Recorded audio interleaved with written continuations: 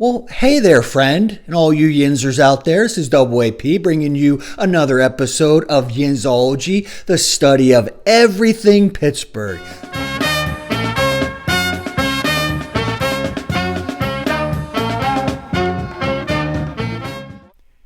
Pittsburgh was known as one of the most productive coal towns in the country. Nicknamed Smoky City, Dirtyburg, Hell with the Lid Off. Also known as the Iron City, the Steel City. But a lot of Yinzers don't know we're also the Tin City. Newcastle is 40 miles north of Pittsburgh and one of the fastest growing cities in the country when they built one of the largest tin plate mills in America. Newcastle became the tin plate capital of the world, 1893. And by 1917 had 60 tin plate mills, the largest mill of its kind in the world. And the population of Newcastle increased 227% from 1860 to 1870 and increased 144% from 1890 to 1900, all because of tin mills. So there's a good chance that you didn't hang out with the likes of Andrew Carnegie or J.P. Morgan and you didn't have $20 million sitting around so you could open up your own steel mill. But let's say you were a businessman and you did have $50,000 and you wanted to get your foot in the door. Well, a good way to do that would be to opening up a tin mill factory. The only problem is that you needed highly skilled and trained laborers from Wales. That's where all the tin was coming from. So early immigrants into Newcastle and the Shenango and Lawrence County were Welsh and Cornish because they were the trained workers called heaters and rollers. Heaters were experienced, skilled workers who knew about the knowledge of heat treatment of metals, and the rollers had an eye for the thickness of the steel and tin being rolled out into sheets. It wasn't until later on that they were grabbing more laborers from Scotland and Ireland, and then eventually from Russia, Hungary, and then hundreds of Italians and even Greek and Polish and Syrian Muslims were pulled in because of the growth and the labor needed.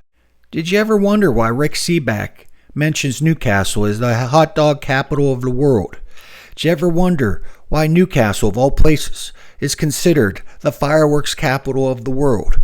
Well, it's all these immigrants that moved in, that worked 6 out of 7 days out of the week, that needed a day to rest. They needed a day to spend that hard-earned cash. And so the entertainment industry moved in, including Warner Brothers opening up the historical Cascade Theater Museum. They opened up amusement parks and roller coasters, and Nickelodeons popped up all over the place, including fireworks from the Italians. Mr. Leopold Vizzoni came to Newcastle from Italy in 1886 and worked in the tin mills and earned enough money to start his own business. Mr. Vizzoni was issued the first certificate to manufacture fireworks in the Commonwealth of Pennsylvania. He hired a young Italian immigrant, 16-year-old Antonio Zambelli, and when Vizzoni passed away, Antonio and his oldest son Joseph acquired the company. Antonio Zambelli died at the age of 79. George Zambelli Sr. assumed management.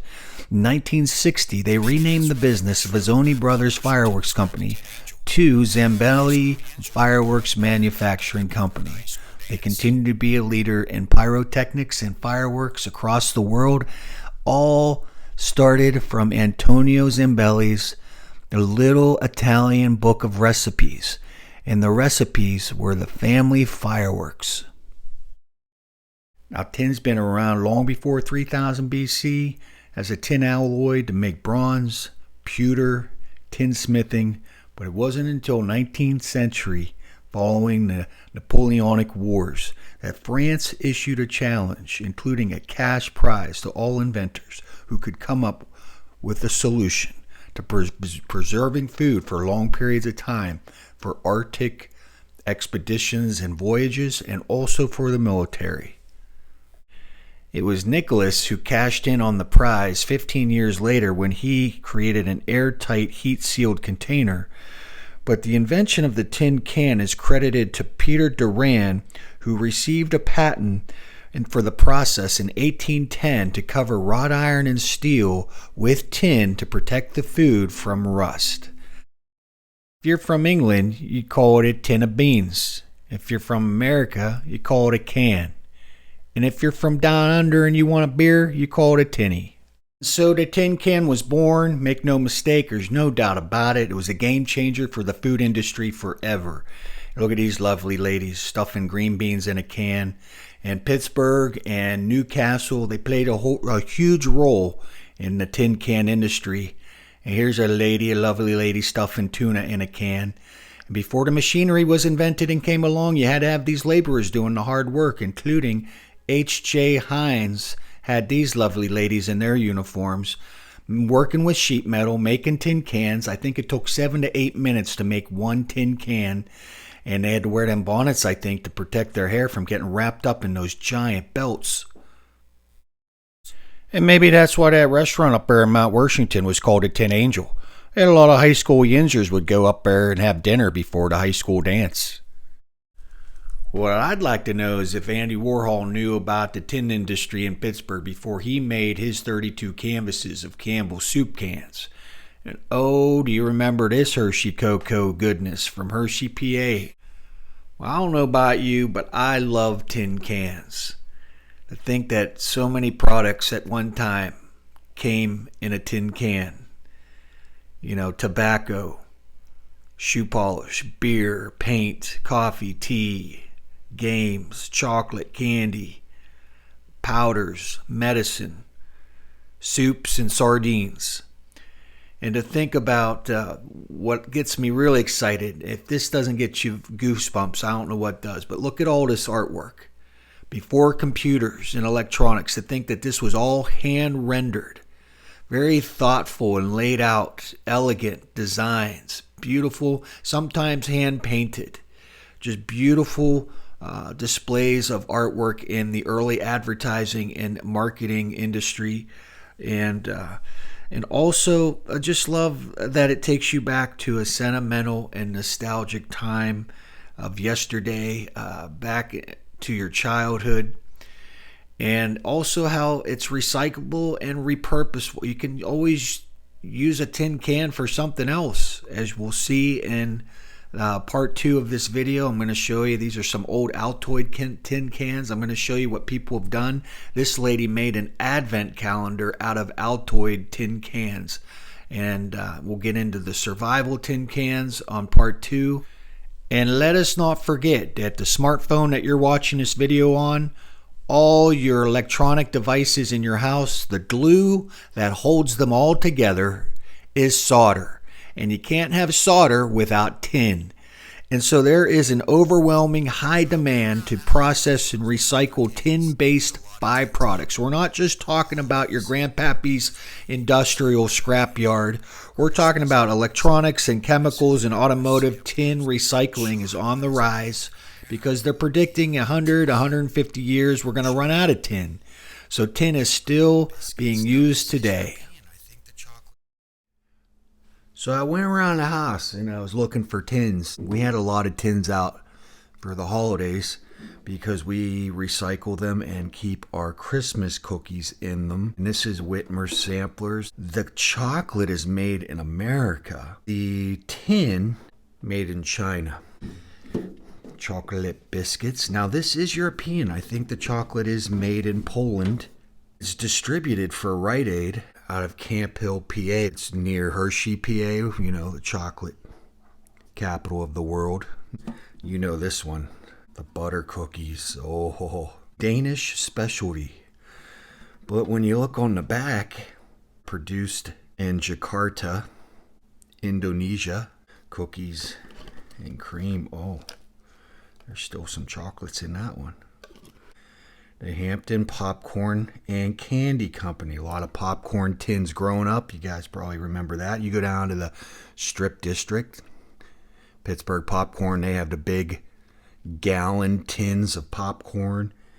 Got this at the grocery store. And the tea is from India.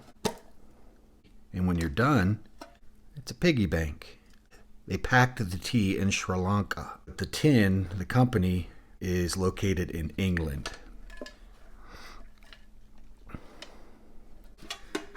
I don't even remember what I purchased, but I think it may have been a wallet or a belt or maybe a shirt.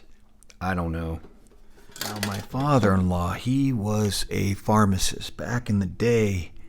Medical supplies, all shapes and sizes, came in tin cans.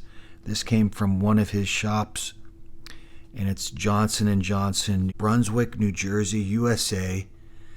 I don't know if you can see the detail on this can. For whatever reason, it's got the centimeters, directions. Don't ask me what's going on here. A new Canthodol games. This is a great brain training game. It improves your cognitive development, and it's great for speech, and occupational therapists love this game. Not only got the Steelers, but I also got the Penguins edition of Spot It. There's all sorts of various additions to this game. Keeps growing. Is about speed. So I hold this card up and I have another card. There's always going to be one symbol that matches. And so if you don't see it already, it's the roller coaster. This little card that comes in the can gives a nice little history lesson of how this game was created in England, actually from a theologian, and he had a passion and curiosity for mathematics. So this game is built around math. It's the similar type of math that you use to create the Sudoku grids that my wife loves to play Sudoku. So around Christmas time, we had a party, and one lady brought a charcuterie board. That was, that's French for, the fancy cheeses and the crackers. I brought an Italian antipasta, basically the same thing. Olives, artichokes, artichoke hearts, crackers, cheese, prosciutto, salami, pepperoni, all. And then I threw on a can of sardines. Everybody laughed at me, kind of made fun of me. Oh, and then I'm in Barnes and Noble, and I'm reading a magazine on Mediterranean diets, and how they suggested how the price of seafood, fresh seafood, wild caught and farmed fresh, prices have skyrocketed. And so fresh seafood, the sales have dropped dramatically because it's so expensive at the grocery store. And you know what a common trend is happening? The sales of tin can seafood, those sales are going up. And they mentioned on next time you make a charcuterie board to throw a can of sardines or mackerel or mussels or oysters or what's this one? Rainbow trout or snow crab or calamari. You got some squid. You can get salmon. And I don't care for anchovies by themselves, but I love a fresh Caesar dressing salmon. I get at Costco, Kirkland. So not only are these superfoods, they're really good for you. All these are available at the grocery store. They are becoming more popular as fresh seafood prices go up. This is a nice alternative and a nice addition to your charcuterie board or your antipasta. Mr. Rogers, encouragements. Why? Because I like you. And you can still get these if you go down to the Strip District and you go to the candy store. They have these if you're looking for them. Mints are okay, but you can't pass up the tin. Look at that little tin with Mr. Rogers and King Friday. And then there was the Altoid tin. They've been making Altoids for over 240 years in England. Started out as a remedy for an upset stomach, hence the Greek word Altoid, to change the condition of something, to change the nausea. And now it is the leading breath mint. Beating out the Tic Tac, it is the number one breath mint in America. And the Altoid tin is the king of tins. Creative people find all kinds of ways to come up with repurposing the can. Tackle boxes for fishing, sewing kits, first aid kits, survival kits, even little artist and watercolor travel kits. And then there are EDC tins, everyday carries. A shout out to the Urban Prepper, a shout out to John Gadget. A lot of great ideas from these guys who have made videos on Altoid tin cans. I was excited to try one. I made an Altoid tin can. I don't call it an everyday carry, but let's be honest with you. You buy an Altoid can, they're bulky and chunky. You're not throwing it in your pants and at, all right?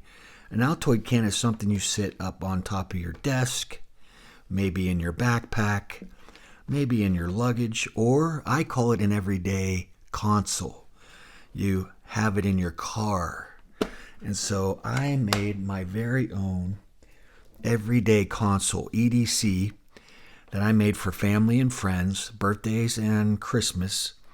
And so part 2 of this video is I'm going to walk through how I made my Altoid tin can.